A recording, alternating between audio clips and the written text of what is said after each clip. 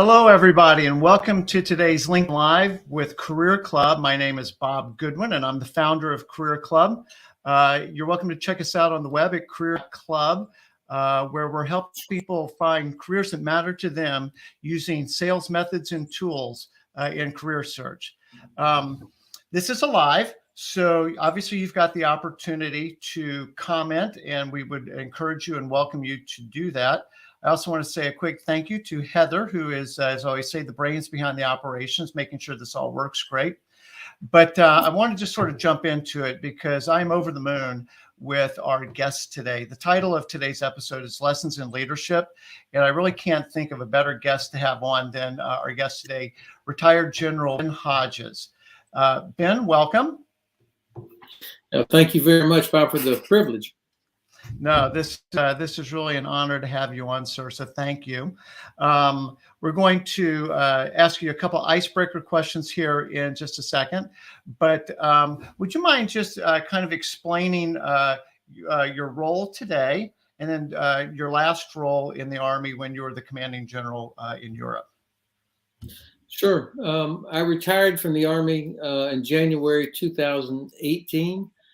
My last job in the Army for 3 years, I was the commanding general of U.S. Army Europe, headquartered in Wiesbaden, Germany. I was responsible for all U.S. land forces in Europe during that time. And just prior to that, I was the commander of NATO's Allied Land Command, which was based in Izmir, Turkey, for 2 years, 2012 to 2014. Since retiring 4 years ago, and that time has really flown by, I continue to live here in Germany, in Frankfurt, Germany. I work for a think tank that focuses on Central and Eastern Europe.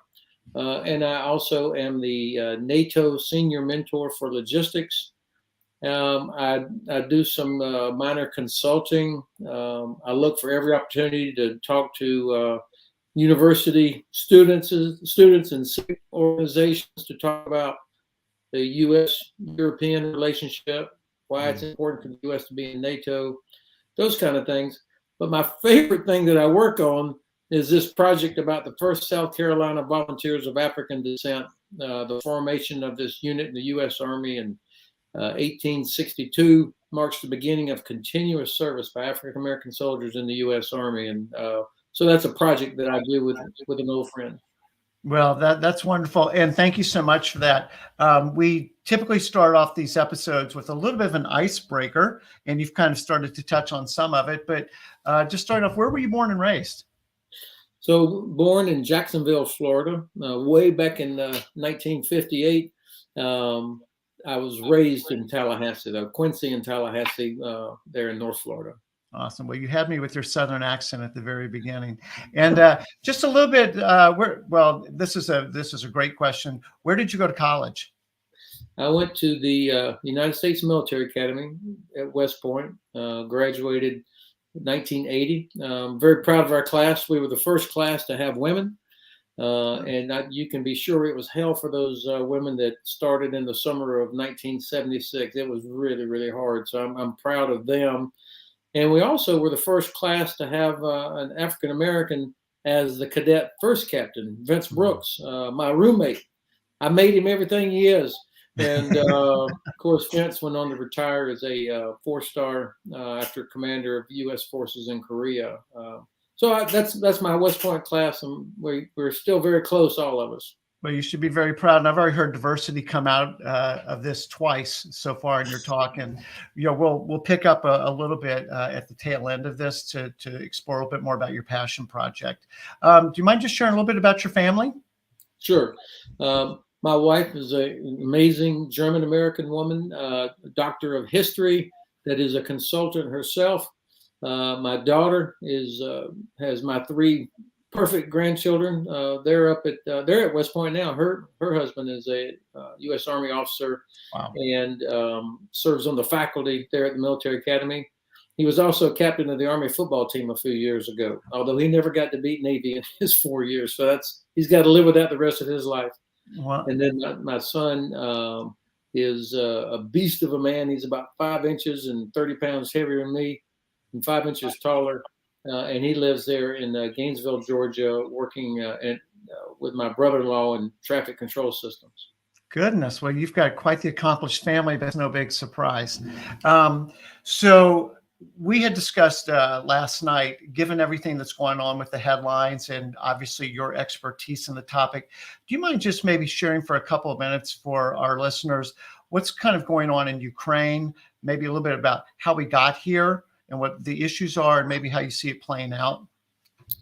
Well, I actually literally just finished participating in a 2-hour hearing in front of the House Oversight Committee and their National Security Subcommittee of the House Oversight Committee. It was a virtual hearing, of course, alongside former U.S. Ambassador Mike McFaul and Dr. Andrea Kendall Taylor and former U.S. Ambassador Rick Grinnell.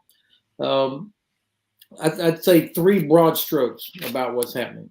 This is a very, very dangerous situation with what Russia is doing in and around Ukraine. But this is not something new. This has been building up really since Russia invaded Georgia in 2008, and it's just continued under President Putin to undermine European sovereignty and to try and create division across Europe. So it's a dangerous situation. But I do not believe that there is going to be a massive attack. And I say that because I think the Kremlin is actually believes they can accomplish their objective by crushing Ukraine's economy and causing the collapse of the government of President Zelensky. And they're doing that with this deployment of over 100,000 troops and most of their navy in the Black Sea. I would liken it to a boa constrictor that is just squeezing and squeezing and squeezing. I was in Kyiv about 2 weeks ago, and you could already begin to see the effects of this pressure. Airlines were beginning to curtail their number of flights going in and out of Ukraine, as well as the amount of time they would spend on the ground. American businesses were going to the head of the American Chamber of Commerce asking, should we leave? That was 2 weeks ago. And of course, the administration has now encouraged all Americans to leave. Understandable and probably prudent, but this has exacerbated the pressure on Ukraine's economy as well, which of course is not lost on the Kremlin. And I really do think that they believe they can accomplish what they want without having to attack, just the threat of attack. At the same time, I believe that Belarus is really what's on the menu. We're going to see a formal annexation, if you will, of Belarus. President Lukashenko, I think, is going to be sent into retirement. Nobody in Europe will care because this guy is so terrible, and he's not a legitimately elected president anyway. And so the Russians are going to trade him out for their own guy. And then you can almost anticipate the world sighing relief. Lukashenko's gone. Russia did not invade Ukraine. Let's get back to normal jogging. And that's exactly what the Kremlin hopes for. So one of the outcomes of all this, hopefully, will be that we pay much more attention to the greater Black Sea region and recognize that economic development there, diplomatic support for nations in the region is an important part of competition against Russian aggression. Yeah. So one last question on that. That was phenomenal. And I just learned about 5 different things that I didn't know before. So thank you.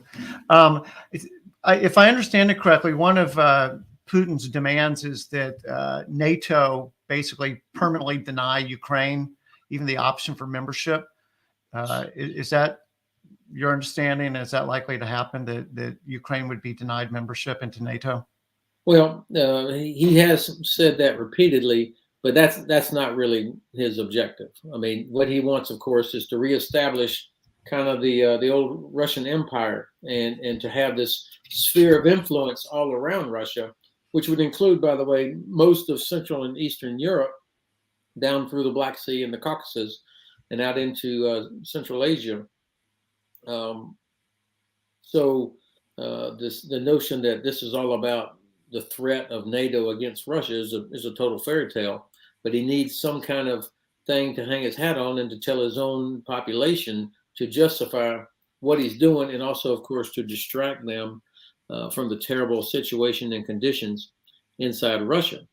Now, I would say that it will be quite some time before Ukraine would ever become a member of NATO. But there's a principle at stake here that Russia does not get to determine the foreign policy of other countries, as if this was the 18th century, back when Russia and Prussia and the Austrians divided Poland amongst themselves, for example. Not in the 21st century. And I think what President Putin really fears is not NATO. What he fears is our nations on his periphery, like Ukraine, becoming more and more democratic, the talent of young people being unleashed, and people becoming prosperous. That's what he fears, is not the expansion of NATO, but the expansion of liberal democracy and prosperity, because then his own population is going to wonder, why don't we have that? I mean, we're smarter than them. Why don't we have that? Instead, Ukraine is beginning to look like Poland and Estonia. That's what he really fears. Okay, very helpful. Thank you so much. And I know that was a little bit of a diversion from our original topic here, but it's very top of mind for people, and you're a unique resource to shed some perspective. So thank you for that. Yeah, it is. If I can say, it is about leadership, though, because this is about American leadership. The United States does not have the luxury to choose which threat is out there. It can't be, we're going to turn our back on Europe so we can focus on China, because our economic prosperity as well as our security depends on Europe being stable, secure, and prosperous. And we don't have enough capability to do everything, so we need allies. And most of our best and most reliable allies come from Europe, as well as Canada and Australia. So this is important, and it requires American leadership. And every time we turn our back, then something bad happens. So I think this is about leadership too. Well, so thank you. Point well made. So then I'll just build on that. Then one of the things that we had talked about in the call that we had a couple weeks ago, kind of preparing for this, was you were sharing the importance of purpose. And I think even as you were describing some of the dynamics of what's going on in Russia and how he kind of wants them to not be able to see, like, there's a better life out there for you folks, but I don't want you to know about it. Could you just talk into leadership? I mean, maybe you can put it in the context of American leadership's and our purpose, as kind of a world superpower, or if you want to bring down to, the level of, as people leading other people. And just the importance that you were sharing with me a couple of weeks ago on just having purpose and feeling ownership in what you're being called to do.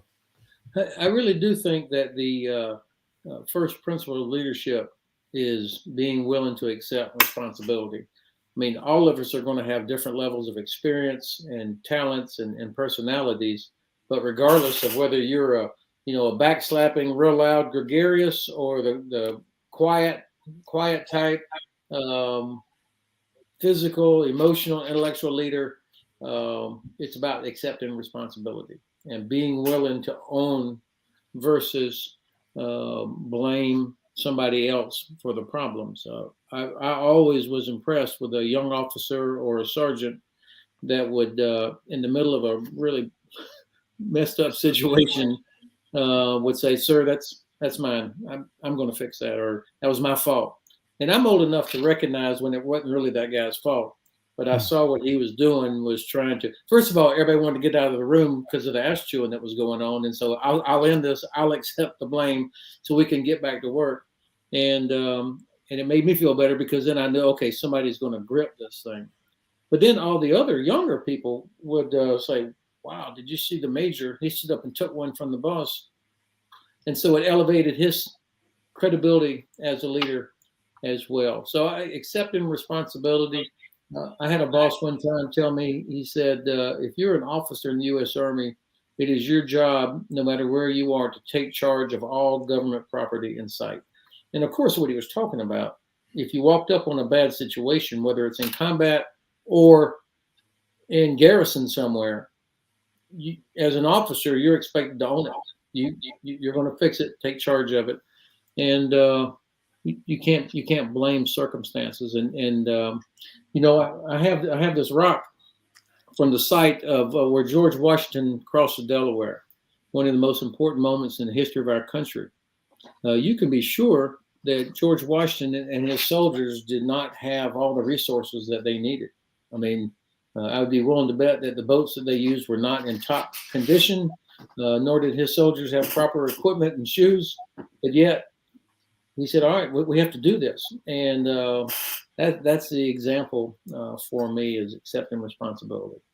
So let's build on that for a minute, because one of the principles that you shared with me was this notion of mission command. Could you describe that, please?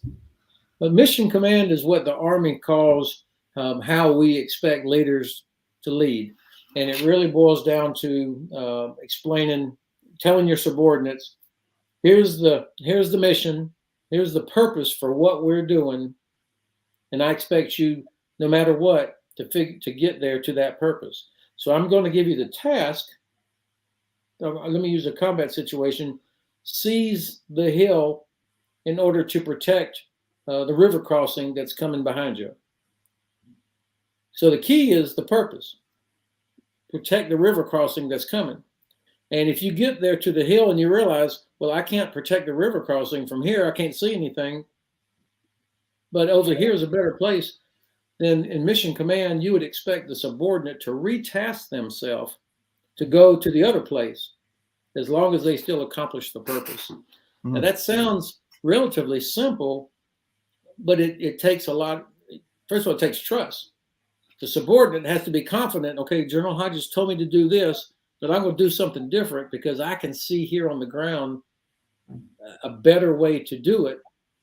And I'm confident that the general is not going to crush me when I do something different, as long as I accomplish the purpose that he gave me. At the same time, I've got to have trust in all of my subordinates. If I give them that flexibility, in fact, the expectation, I've got to know that, okay, when Lieutenant Bob gets out there, he's probably will make a better decision once he sees for himself what's happening, and then I would expect you to retask yourself. So, of course, you have to practice this a lot in training, kind of like a football player getting snaps, getting reps to practice making decisions. And inevitably, when you're dealing with less experienced people, you're going to make mistakes. So you want to build up their confidence, but also they've got to know that if they make a mistake, unless it's integrity or willful negligence, if they make a mistake trying to carry out your intent, then you're going to sweep up broken glass and keep putting them in there. That's what mission command is all about. Phenomenal. And one of the things that you were alluding to is the commander needs to be able to communicate the intent, right? So it seems like it's also very incumbent on leadership to be very clear with what we're trying to accomplish, as well as the subordinate accepting responsibility for the accomplishment of that objective. And again, as you said, sort of having the freedom then to be flexible as the situation would dictate. Just if you wouldn't mind kind of speaking to a little bit about communication style and being an effective communicator when you're in that leadership position and trying to communicate that mission command. So this is one of the harder parts of leadership, is to be able to articulate what you want. And your audience is not going to be 10 other CEOs or 10 other generals or whatever. It's going to be a full range of people of different experiences, different outlooks. And so, of course, you always wanted to build what we call a common tactical mindset, where people generally understood the processes, not automatons, but there was a framework. Just like, again, go back to great football players.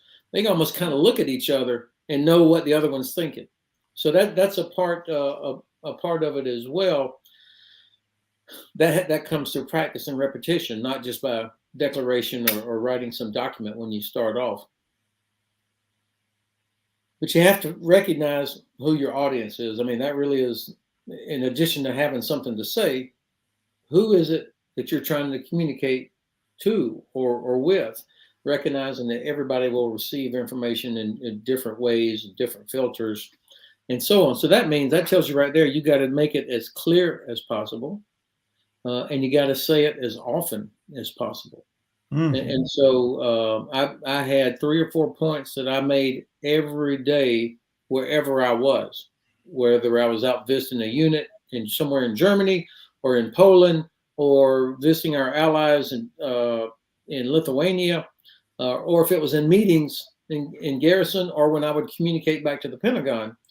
I always stuck with the 3 or 4 key themes, not bumper stickers, because bumper stickers sound like bumper stickers, but being able to convey critical things and then over and over and over was an important thing for me to be a successful communicator. And really, it doesn't matter what's up in here if you can't get it out, if you can't say it or you can't write it, then it doesn't matter what you have up in here, and that's an important part. And the last thing I would say is, you have to develop techniques to make sure that your message got through. One of the basic things that we would do, of course, we have what we call a back brief. After you issue the order, for example, or give to lay out a new policy about something, then you kind of go around the room and say, all right, tell me, what was it I just told you to do? Or what do you think I'm expecting you to do? And if they don't come back to you with clear understanding, that's my fault, not their fault. It's my fault. So then I would work on that. And then, of course, we would go through rehearsals before a big operation. Again, a chance for everybody to kind of play back. Here's what I'm being expected to do, and it's a way to sort that out. That takes time, of course. That takes time, and then you got to have people that can help you with that too. In the Army, you always have a sergeant major, an old sergeant that's been around for a long time, that kind of goes out and listens and can come back and say, sir, you need to go down and see this unit again, or that commander, they don't get it. You need to kind of follow up there. Well, that's interesting, because those last things you said were all about listening too. So being a great communicator isn't just what comes out. It's also looking for that feedback, listening, refining as you need to. I want to harken back to one thing, because this is so important. You were talking about, people not being afraid to fail and taking ownership for failing, but the only thing that you didn't tolerate was either willful disobedience or lack of integrity. I'd like for you to just talk about the integrity piece for a minute, because, sometimes, depending on what the pressure is that we feel, I got to go take that hill, and like I just got to go take it by hook or by crook. And you've got the highest stakes at play in a military operation. And yet integrity is one of those, core tenets that has to be abided by. I was just wondering if you could speak to that point for a minute. So I had an old sergeant tell me one time, he said, sir, everything good in the Army begins with accountability. And of course, what he was talking about is knowing where all of your people are, knowing where every bit of your equipment is, especially weapons, sensitive items, night vision devices, radios, those kinds of things, and knowing the status of all of those people and all of that equipment. And that's hard. And if you have accountability of everything and everybody, not just where they are, but their status, yep. That says a lot about the quality of your chain of command. So I always invested a lot of time into ensuring we had accountability of people and stuff, and that paid off in 2002, excuse me, right as we were getting ready to invade Iraq, and we had a terrorist attack hit our camp in Kuwait, and you can imagine 4,000 soldiers at nighttime, and people running around, and we thought we were under external attack, but it was actually an insider attack. And I was so proud that how quickly, out of all these troops inside this darkened camp out in the middle of the desert, how quickly they were able to get accountability of everybody. It was amazing how fast. And that's how we figured out who the insider was and were able to capture that person. That was a direct reflection on how fast everybody got accountability. That always stuck with me. But not everything is as dramatic as that. A lot of this is about there's safety involved. If you report a location, that's information that's used so that you don't get shot by your own artillery, for example, or aircraft. So the point is trust. When somebody says, I am at this location, you know that they're there. And one of the symptoms of how bad things have become in our Army back towards the end of Vietnam is that leaders, including officers, were so reluctant to take their soldiers into dangerous situations is that they would go outside the wire a few hundred meters, and then they would send in false reports and then come back in later. This was not widespread, but it happened enough that it's part of the memory of the Army from the end of Vietnam, and that is another reason why we put so much emphasis on integrity, so that you have trust. And then finally, back to accountability. The taxpayer entrusted us with literally hundreds of millions of dollars of equipment and the lives of their sons and daughters. And so you get to be able to look the taxpayer in the eye, parents in the eye. This is about integrity. And so this is one of the central pillars of leadership because of that.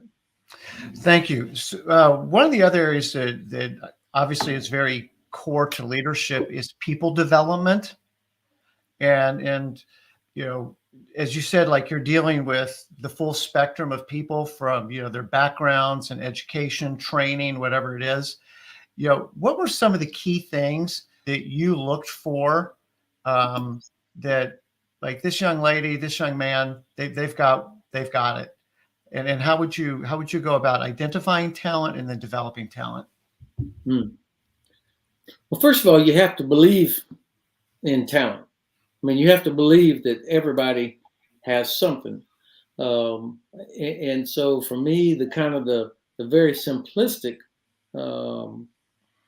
construct was that everybody can be developed to the next level. I mean, if you're terrible, you can be brought up to mediocre. If you're mediocre, you can be brought up to okay, and so on. So everybody that I had, no matter what their rank was or what their position was, I always believed that there was something in them because they had survived getting through basic training or whatever their commissioning source was. So they had demonstrated something. And so I thought, all right, well, I'm going to find it. I'm going to give them opportunity. Now, you can't just have endless opportunity. I mean, you're still the Army, or you're still the business, or whatever organization you run in. There is obviously some sort of limit, but helping people find where they are good is a part of that. And I used 3 or 4 characteristics when I would do my assessments of the officers that I had to formally evaluate over the years to help make my recommendation to the Army on who should be promoted. And there was a baseline assumption that they were physically fit, that they had moral courage and physical courage. So that was the baseline. If you didn't have those 3 things, then obviously you had no potential for promotion in the Army. And I wouldn't want you in the Army. So how did I separate and pick those who really should be promoted? And the first thing that I always looked for was judgment. Were they able to kind of see through all the clutter and really understand what was most important, what needed to be done? Because there's, no matter what business you're in, there's about 1 million things you can get caught up on. You start following, it's hard to prioritize. But the best officers were the ones that could look at a situation and realize this is how we've got to do this. We have got to fix this. Or maybe it was about judgment of people. How good were they at judging others? So judgment was first and foremost in my mind what I was looking for. Secondly, was selflessness. I have zero interest in anybody that promotes themselves. I mean, in the service, but also in any business. Nobody wants to be around somebody that goes around talking about what they did, how good they are. I always preferred being around and promoting people who were selfless, that went out of their way to help their teammate, even at some cost to themselves. That was what I respected, and those were the kind of leaders I thought that the Army needed to have. And then finally, it's a personality thing, but it's really kind of a combination of a mental toughness and sense of humor. Because no matter what business you're in, it's not just military, but it's the ability to deal with adversity. I mean, not every day is going to be a banner day. I mean, you're going to have some really, really bad days, whether it's, a massive loss or some kind of setback, or candidly, you have a helicopter goes down and you lose 5, 6, 7 soldiers all at once. I mean, I can remember exactly where I was on 3 or 4 things that happened in Afghanistan and Iraq, where we lost several soldiers in one incident. It's gut wrenching, but you have to keep moving forward because the mission is still there to be done. Yes. And so having the mental toughness to be able to kind of keep working through that. And soldiers are so good at humor because of over the centuries, whether they're out in the crappy weather or, sitting in a trench or in a bunker or freezing weather or incredibly hot weather, away from families. And so the humor that is generated by young soldiers and sergeants and young lieutenants is always the best humor there is. And I really miss that, by the way. So I heard judgment, selflessness, and if I could call it grit or persistent, right? Just like, I'm going to quit, and you think about back on mission command, judgment for sure, right? I mean, that's got to be the tall pole in the tent, is you've got good judgment to be able to make a decision on the fly when a good decision is what's called for, right? And what's for the best of everybody. Go ahead, please.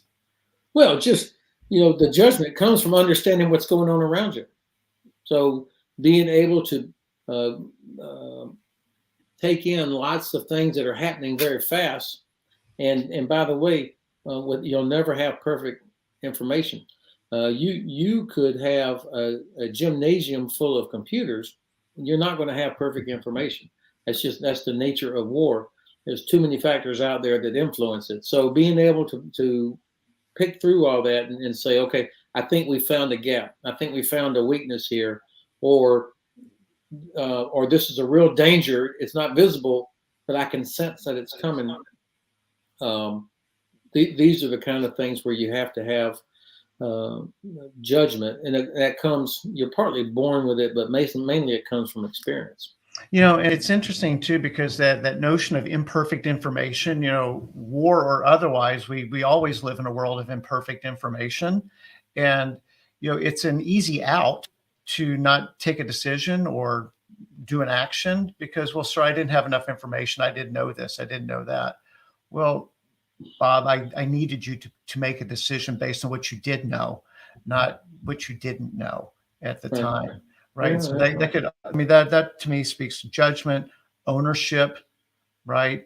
Not being afraid to fail. I'm going to make a decision and I'm going to stand by it and take my licks if that's what comes afterwards. But in the moment, this was the best I knew how to do with what I had to work with. And no complaining, we're going to go. Yeah, you have to breed a culture in your organization that, first of all, expects success. And so I would always take opportunities to tell my leaders and say, look, I don't do too many guarantees. I guarantee you're not going to have enough resources to do everything I'm going to ask you to do. But we are still going to expect you to be successful. And and I'm going to do all I can to help you be successful. And I know you're going to make some mistakes along the way, but I'm going to be there with you, and I'm going to protect you. And by the way, you can be sure in 38 years, I had a lot of people protecting me and picking up my broken glass. I can vividly remember standing in front of my battalion commander. I was a lieutenant in Germany. I'd been there about 2 months. This is spring of '81. And the battalion commander was a tough old guy, had commanded 3 different companies in Vietnam, been wounded multiple times. This was a tough dude. And he was trying to help rebuild the Army after the catastrophe of Vietnam and the immediate aftermath. And there had been a rash of bad things happening. So he had sacked, my company commander, 2 other lieutenants, a top NCO, and some others. And then I get a call from the adjutant, and he says, "Hey, Hodges, Cole Steele," that was the nickname of the battalion commander, "Cole Steele wants to see you." And I thought, I've only been here 2 months and I'm already gone. So I go jogging up to the headquarters, and I report to him, said, "Sir, Lieutenant Hodges, you wanted to see me." He goes, and he didn't say, "Have a seat, Ben." He left me standing at attention in front of his desk. He said, "Yes, Lieutenant Hodges, one day I think you might be a pretty good officer, but right now you're headed down the wrong damn path." And I was like, "Sir, what do you mean?" He said, your platoon, my 30 soldiers, that's not a ball club. Your job is to make sure that they are trained and ready. That's the best way to take care of them. And you understand it, and you can be sure there was a little bit more color in how he said that." And I said, "Yes, sir, I do." He said, "Well, get the hell out of my office." And that was a life. Obviously, it's a life memory for me because I can remember it so vividly. But there's a guy, he saw something in me, even though I'd only been a lieutenant in his big battalion for 2 months. And he thought, all right, I'm going to keep him, and let's see if we can make something out of him.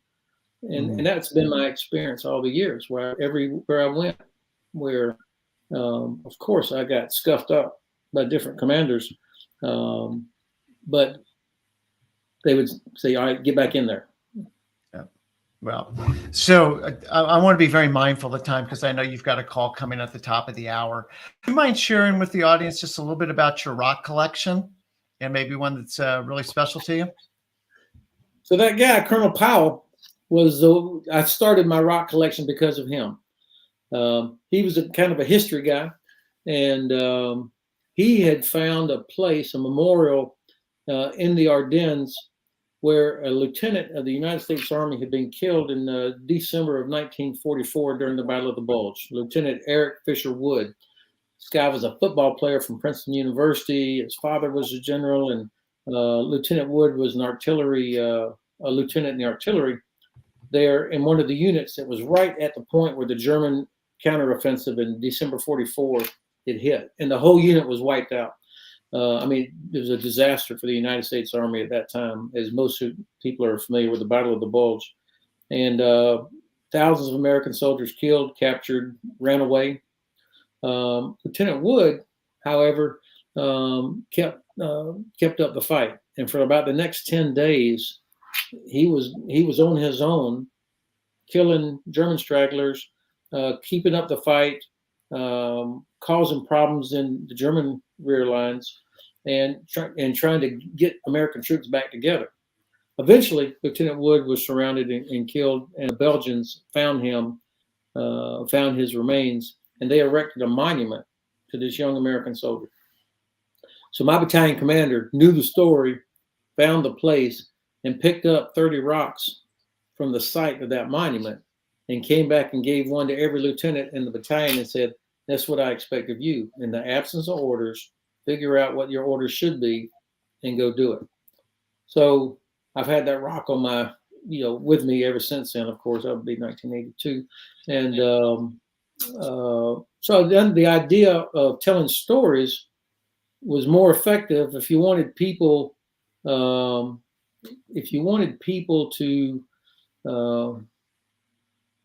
remember something.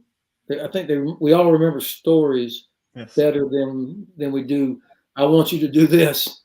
Mm-hmm. And so that's where the idea for the rocks came from. I've already mentioned the Washington's Crossing and now I'm so twisted. Everywhere I go, I think, well, there must have been something really cool that happened here. I got to find a rock from that place, and so it has driven my research. And of course, I have one from the Alamo. Now, by the way, the rock has to be an eyewitness rock. I need to be sure that that rock was there, and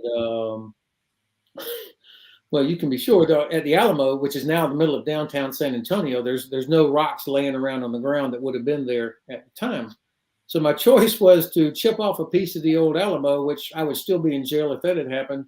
So I had to settle for a piece of gravel at that time. But this is no kidding, an actual rock.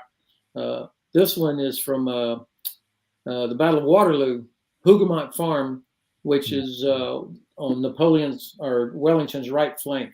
At this small group of British soldiers, if they had failed there, if Napoleon had been able to turn Wellington's right flank, it'd have been a whole different outcome. But this group hung in there all day long and changed the outcome. And so I thought, here's a group of soldiers, a small group, could change the outcome of one of the biggest battles in European history. So those are the kind of things I do. I've got probably 250. Oh, goodness.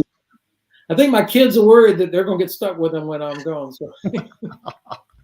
No, that's awesome. I'm very mindful of the time because I know that you do have a call coming up right after this. So I just say thank you very, very much. I mean, what I've learned today around responsibility, accountability, integrity, judgment, selflessness. I mean, these are the kinds of lessons that I was hoping that you would be able to share with folks because while you've learned them in the context of the military, where again, the stakes could never be higher, they're very, very applicable to civilian life, business life, our families. I mean, it's just really, really applicable lessons. So thank you for your service. Thank you for the time that you spent with us today. And I just really appreciate having you on. Well, what a privilege. And I can't imagine a better job than what you're doing is helping leaders become better leaders. So and helping people find jobs. So thanks, Bob. Joy. Okay, thank you. Bless you. Thank you, and thank you for everything you're doing, trying to make Ukraine a safe situation for everyone. So, bless.